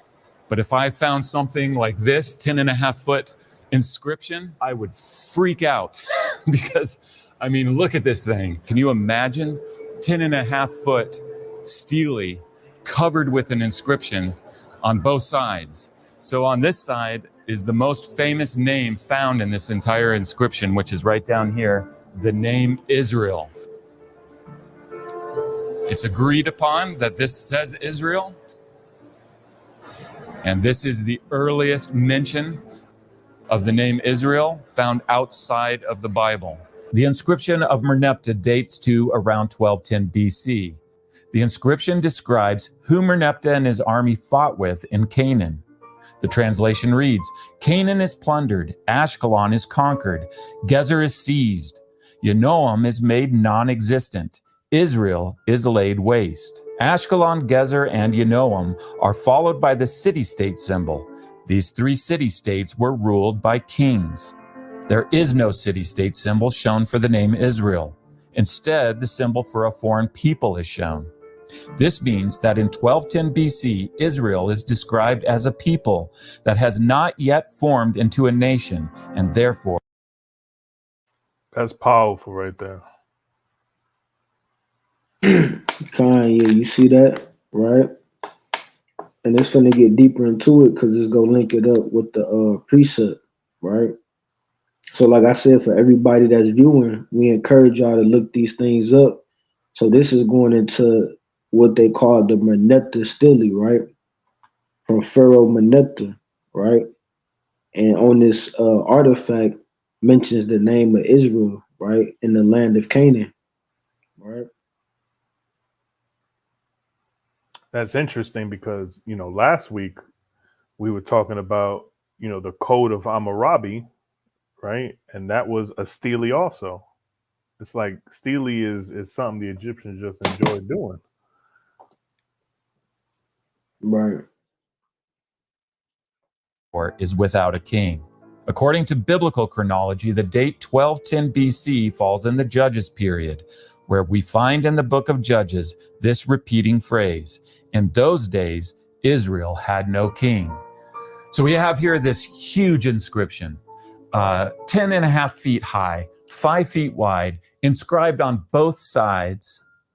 And yet what makes this find so significant is the discovery on it of a single word, the name Israel, found in the Bible over 2,400 times. And this wasn't even the first time that it had been found in an inscription through archaeology, but this was the earliest mention of the name Israel outside of the Bible. This is yet another example of the details in the Bible being verified through the details of an inscription dug up through archaeology. If you enjoyed this video, please give it a like, and you'll want to watch this related video where I travel. Right, so that was it on that, right? So that's just another artifact that I was researching, right, going into how the Israelites is mentioned not only in the scriptures but also in the Egyptian hieroglyphs, right? So I'm gonna get a few more. We gonna go into this last part, going into the Exodus and the Red Sea, right? So, Ephraim, can you pull up that last video and we go get these last few precepts and that's gonna be it. Con. Who had Exodus 20 and 2? Khan, I did. All right, and Kazak, can you give me Romans 15 and 4? God, King. All right, so we go play this last video and we go get these last few precepts and then we go close it out. So hold on real quick. So this is going into certain things that they found at the bottom of the Red Sea, right? Going into the Exodus, right? So let's play this video. Does this discovery at the Red Sea prove the Bible to be true 100% inaccurate? Most of us know the story of the Red Sea, where Moses takes the people of Israel out from Egypt and down to the Red Sea and parts the Red Sea. This is where archaeologists are saying that they crossed from Egypt into Saudi Arabia. This the way they're crossing to carry all of the Israelites there. Archaeologists went down to the bottom of the Red Sea at this point, and what they found is absolutely amazing. At the bottom of the Red Sea, as you can see, they found things that were shaped like wheels of chariots. As you can see, coral has grown in these, and they can only grow in hard objects. This is an absolutely amazing find that proves the Bible to be 100% true. If you want to find out more what they found in Saudi Arabia, hit that subscribe button, like and follow for more.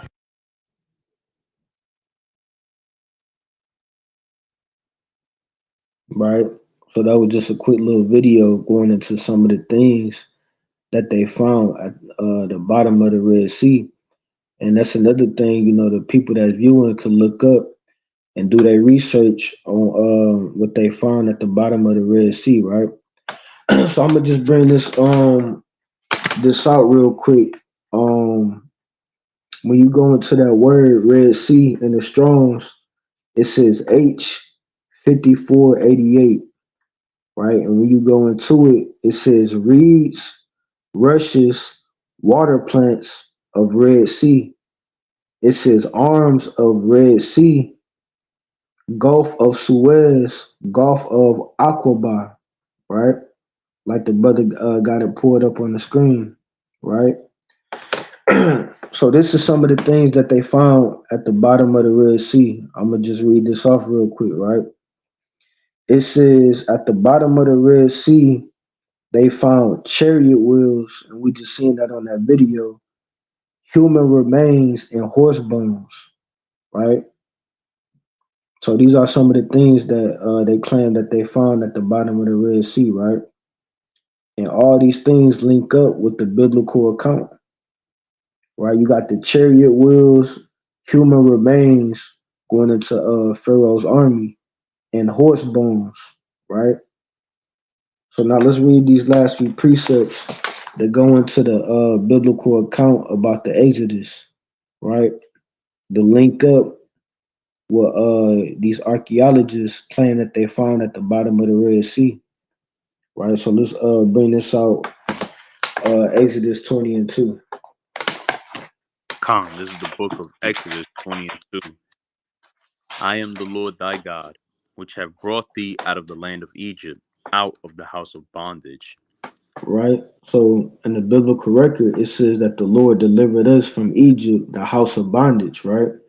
And we've been going over all these different Egyptian documents, hieroglyphs, and artifacts that show that our foreparents were slaves in the land of Egypt, right? So let's get Exodus 15 and 1, and let's read down to verse 7. It's the book of Exodus, chapter 15, verse 1. Then sang Moses and the children of Israel this song unto the Most High, and spake, saying, I will sing unto the Most High, for he hath triumphed gloriously. The horse and his rider hath he thrown into the sea. So let's stop right there. It says the horse and his rider have you thrown into the sea. And like I said, if you do your research and you study about the things that they found at the bottom of the Red Sea, right? like I just said, they claim that they found Pharaoh's army, right, and their horses and their chariots at the bottom of the sea, right? So let's keep reading. Verse 2: The Most High is my strength and song, and he is become my salvation. He is my Elohim, and I will prepare him a habitation, my father's Elohim, and I will exalt him. Verse 3: The Most High is a man of war. The Most High, Yahweh is his name. Verse 4: Pharaoh's chariots and his hosts hath he cast into the sea. His chosen captains also are drowned in the Red Sea. Verse 5: The depths have covered them.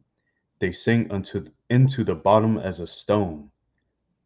Verse 6: Thy right hand, Yahweh, is become glorious in power. Thy right hand, Yahweh, hath dashed in pieces the enemy. Verse 7: And in the greatness of thy excellency, thou hast overthrown them that rose up against thee. Thou sentest forth thy wrath, which consumed them as stubble. Right? And like I said, even outside of the biblical record, going into the Egyptian records, we still see the power of the Most High, right? That He brought upon our enemies at that time, which would be the Egyptians, right? You see that? It says, Thy right hand, O Lord, is become glorious in power. Thy right hand, O Lord, have dashed in pieces the enemy, right? And we read about that in our pure papyrus, going into the different plagues that the Lord brought upon Egypt, right? Going into the things that they found at the bottom of the Red Sea, right? That links up with the Exodus, right? So let's get this Romans chapter 15 and verse 4, and that's gonna be my last one. Con, you ready, King? Salaki. Give me 1 second. All right. And I ain't gonna lie, hey, when I research stuff like this, hey, it get me excited. I wish, one day, hey, Lord willing, I can go to some of these locations and to some of these different museums and look up some of these artifacts, right? And Lord willing, I can do a video breakdown, if I get a chance to go to some of these museums, right? Hey, Lord willing, I can have my brothers with me, right? And that'll be a powerful video, if we was able to go out to Egypt or go out to one of these museums across seas, and look at some of these artifacts up close, right? But let's bring this out, and that's gonna be my last one. Con, this is the book of Romans, chapter 15 and verse 4. For whatsoever things were written aforetime were written for our learning, Right. that So we all these, hold on real quick. So all these things that was written aforetime, the Most High is revealing all these ancient documents and artifacts in the last days for our people to learn. Right. Right. Because at the end of the day, all they want to do is deny our history and deny our heritage. Right.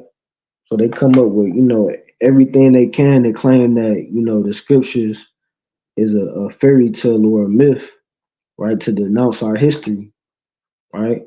You really think that you really think they want us to know that the Most High God actually brought plagues upon Egypt? You really think they want us to know that our people was in the land of Egypt, right? They don't want you to know that, because at the end of the day, if we find that out and we actually understand how powerful our Lord is, you see that? So they don't want you to know these things. That's why they hide this stuff, right? Just think about, like Ephraim was talking about earlier. Just think about all the artifacts and stuff that we can look up and that we can research. All the artifacts that they digging up and finding. Imagine the ones that they're not showing to the public, right? Imagine all the things that they digging up that they hide for themselves, right? If they giving this information to the public, imagine what they hiding behind closed doors. You see that? But in these last days, the Most High will reveal all these things to his servants, right? So let's read that again from the top. This is the book of Romans, chapter 15 and verse 4. For whatsoever things were written aforetime were written for our learning, that we, through patience and comfort of the scriptures, might have hope. Right? And hey, I don't know about y'all, but stuff like this give me hope.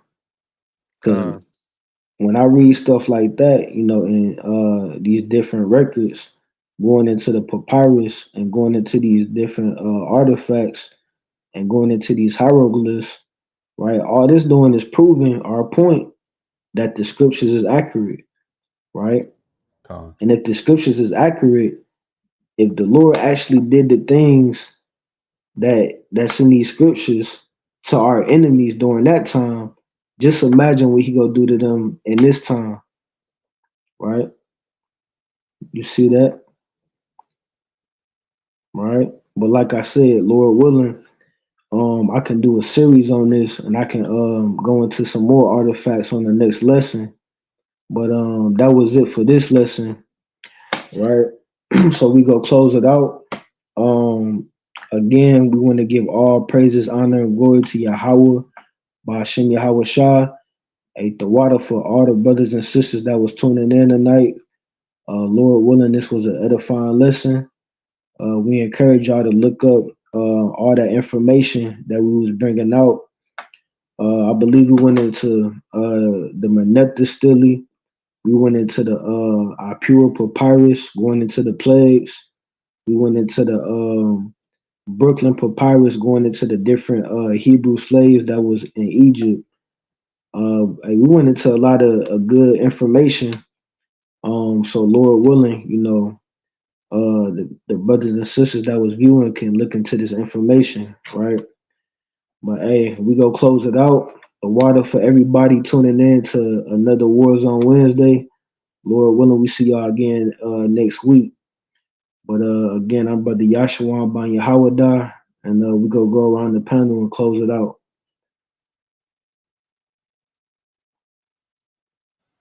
Hey, Shalom, Yashala. I hope you enjoyed another Warzone Wednesday. It's your brother Mahar. Hey, Shalom Israel. Peace and love to the 12 tribes of Israel. It's your brother Shalak. Hey, Shalom Israel. It's your brother Haniel. Powerful lesson, King. Hey, Shalom. Hey, powerful lesson, King. All praise to the Most High. This Shapar. hey, Kwam Yasharala, this is your brother Kazak. That was a mighty lesson from the cat. Mighty, mighty lesson.